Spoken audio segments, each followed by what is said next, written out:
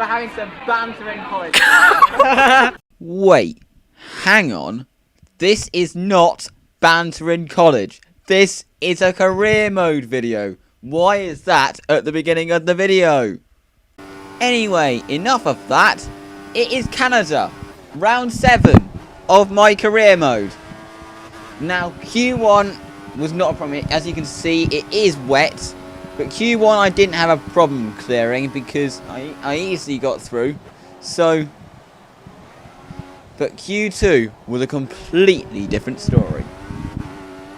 So here we're on my first lap. It's been a decent lap. So, at the end of the lap, we're just completing now into the final chicane where it goes well. So, it's a clean lap.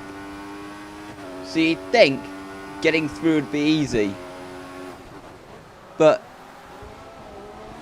a lot of drivers went faster than me, and as you can see I'm now down to 13th, and then the rain started to get heavier, which meant it was like nigh on impossible to improve.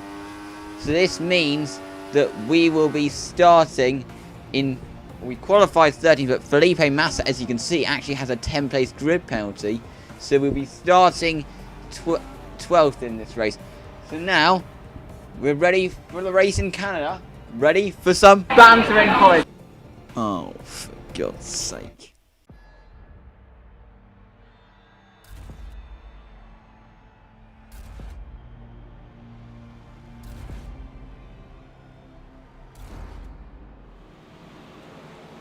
So I'm now going to turn to the lean mixed in order to have maximum grip off the line. But we now have the lights in Montreal. Lights out and away we go. We shift up to second. And we get a fairly good launch as we head into the first corner. Can we go down the inside? Kvyat and Bottas? Yes, we can. And also we could get past Raikkonen here as well. But we run a bit too wide. We touch the grass going into turn 2, which has lost us positions. And Vern gets through there on the inside. And he brakes incredibly early going into the chicane. And Raikkonen then parks his car on the apex, which makes things a bit more difficult. The AI just brake really early, particularly on this track, as you can see there with Raikkonen. And I'm obviously used to league races where drivers don't brake that early, which is making things a bit difficult for me in this career mode series. We've had a fairly good start. We're up to 9th and 12th. So now skipping on to lap 2. And going down straight, we're thinking of our strategy, because obviously I was thinking at this point that I'm going to pit on lap 8, which is the strategy that's been suggested. So going into the final chicane now, and Hulkenberg has made a mistake ahead, which has allowed us to get ahead of our teammates. So I'm now up into 8th place. But then the 2 cars ahead brake really, and I tapped the back of the button and damaged my wing. But still I'm able to get past the McLaren. But the damage to my front wing would come back to haunt me later, as you're going to see later in the video. As you can see, I damaged my front wing further there. So now I'm ahead of Button now. But I tapped the inside wall going into chicane, which loses me momentum down the straight. Jensen is going to have a go. Going into chicane, I go to the inside, but run a bit wide, and he's able to perform the up and under. And he's able to switchback, and he's able to get through. Quite good there from the, you have to say, that was quite a good move from Button. Now I've got Hulkenberg on my outside, Kvyat there behind as well. Well, I think that's Kvyat, I'm not sure.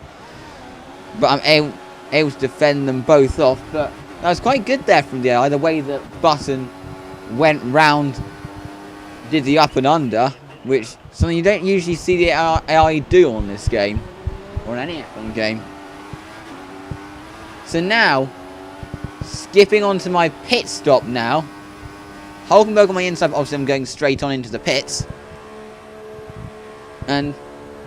But I said earlier that my front wing damage would come back to haunt me later. This is where, because as you can see, I'm ahead of Kvyat, and I think I could have got ahead of Button, but the front wing had to be replaced, which meant I didn't only not get ahead of Button, but as you can see, Kvyat is ahead as well, which really is going to compromise my race. So, obviously, as discovered there, if you're like just ahead of another car, front wing damage doesn't do you good. Especially if you put it on the same lap. But I had no trouble disposing of Danny Kvyat. As you can see here, I've got the DRS. And it's going to be an easy move going into turn 1 without... I'm able to make that move without any trouble. And I am up into P8 now. So, skipping on to lap number 13. As you can see, first off I had to defend off attacks from Magnussen. And then my teammate. Now skipping on to the final lap. It's going into the final chicane. Now what Hulkenberg's going to have a run with DRS. Is he going to be able to make the move? He's into my slipstream.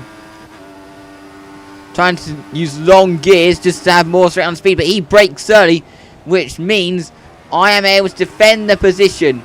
Magnussen actually got through as well. Which means we are going to finish in P8 for the second consecutive time.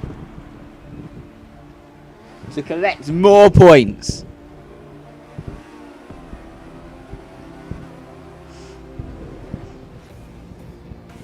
So we finish in P8.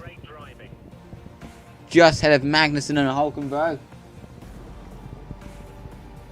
Quite pleased with that race, considering Canada's probably not my strongest track. But now, in a minute, I'm going to have a look at the driver's standings. So this is a post-recording, so I don't know when I did. Obviously, I'm looking at the back. There's only one retirement, that was Felipe Massa. So, here's the driver's standings. I'm still in 12th, closing on to Bottas. In the constructors, we're ahead of Williams. Anyway, thank you very much for watching, and we'll see you in Austria for more. Banter in college. Oh, for God's sake, it's more career mode, not banter in college.